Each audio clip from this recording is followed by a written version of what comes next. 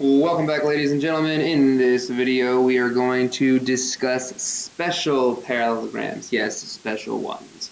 We will be defining a rhombus, a rectangle, and a square in this video, and we'll be playing a fun game known as Always, Sometimes, or Never. So let's dive in, first and foremost, to what a rhombus, a rectangle, and a square are. So hopefully these are review for us, but let's just quickly recap them. A rhombus is a quadrilateral, and a parallelogram at that has four congruent sides. Okay? A rectangle. What makes a rectangle unique? Well, it is a parallelogram that has four right angles. And then kind of combining the two characteristics, a square is a parallelogram that has four congruent sides and four right angles. So let's think about this. Each of these three are parallelograms, hence they are special types of parallelograms. That means the five characteristics that hold true for all parallelograms hold true for rectangle, rhombus, and square. Opposite sides are parallel, opposite sides are congruent, opposite angles are congruent, diagonals bisect each other, and the consecutive angles are supplementary. It just happens to be that these individuals have some added characteristics on top of those five. So let's play a game of always, sometimes, or never and see if we can start to kind of distinguish between each of these.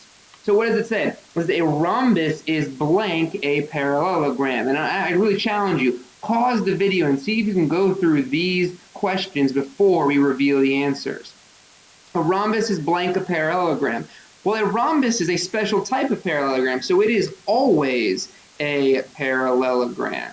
A parallelogram is blank a rhombus. Well, a parallelogram could be a square, and it could be a rhombus, and it could be a rectangle. So sometimes it is a rhombus. A rectangle is a rhombus. A rectangle is a rhombus. Well, let's think about this.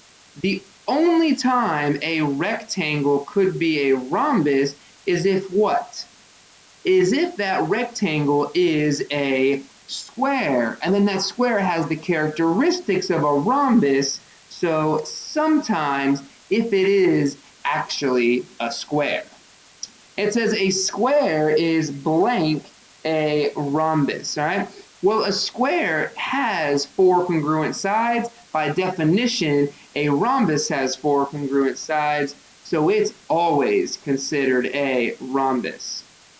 It says a rhombus is blank a square.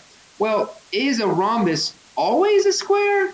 No, it would only be a square when it holds the characteristic of having four congruent angles. So sometimes it is a square. And then last but not least, a rhombus is, of course, never a hexagon because the hexagon's got six sides to it. So hopefully you enjoyed that game of always, sometimes, and never.